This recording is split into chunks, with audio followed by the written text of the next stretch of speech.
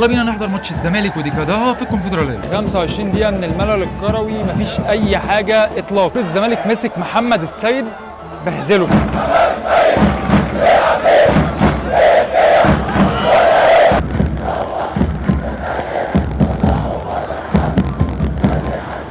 الاول للزمالك عن طريق الجزيري من ضربه جزاء. خلص الشوط الاول 1-0 للزمالك، شوط ممل جدا، شوط ما فيهوش اي حاجه نهائي حصل. جمهور الزمالك ده طيب جدا، لو عملوا 3 باصات بس بشكل صح بيقعدوا يتنططوا في الاستاد كله. ضربه جزاء تضيع من الزمالك من محمد السيد، مش عارف مين الذكي صاحب القرار اللي يخليه يلعب ضربه جزاء والجمهور كله بيهاجمه في الوقت ده.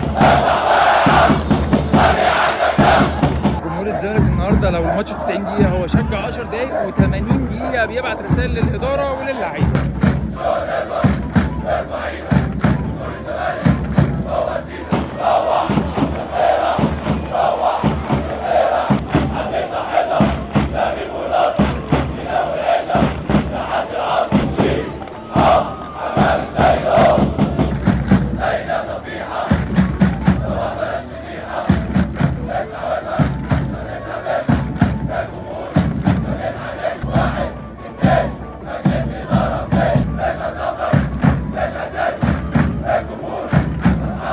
خلص الماتش اللي ما شفناش منه 10 دقايق على بعض. الزمالك طبعا كسبان، ماتش سهل بالنسبه له، بس الماتش كان النهارده كله